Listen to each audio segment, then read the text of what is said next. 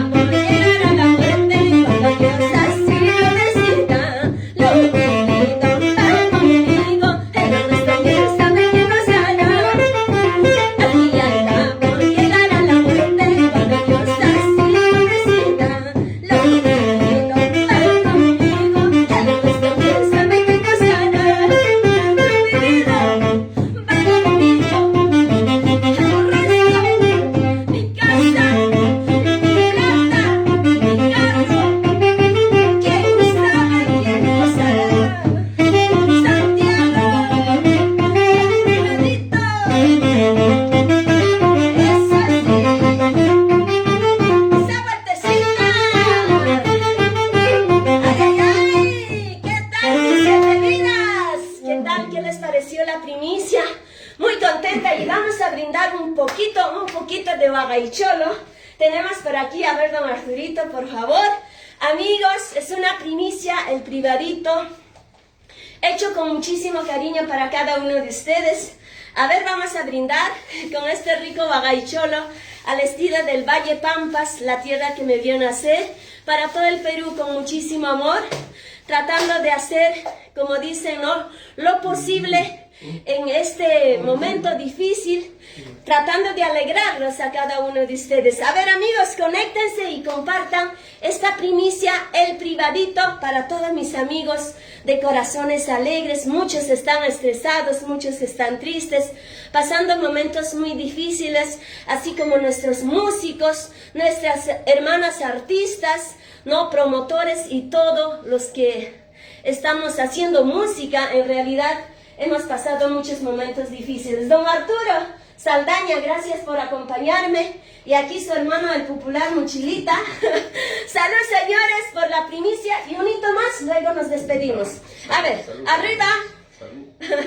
Abajo. Abajo. No, otra vez, por favor.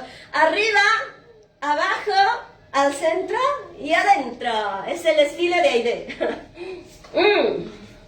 Muy bien. Gracias, amigos. Ahora sí, vamos, don Arturito, por favor. Seguimos bailando el privadito. Y el día 24 se nota que yo no me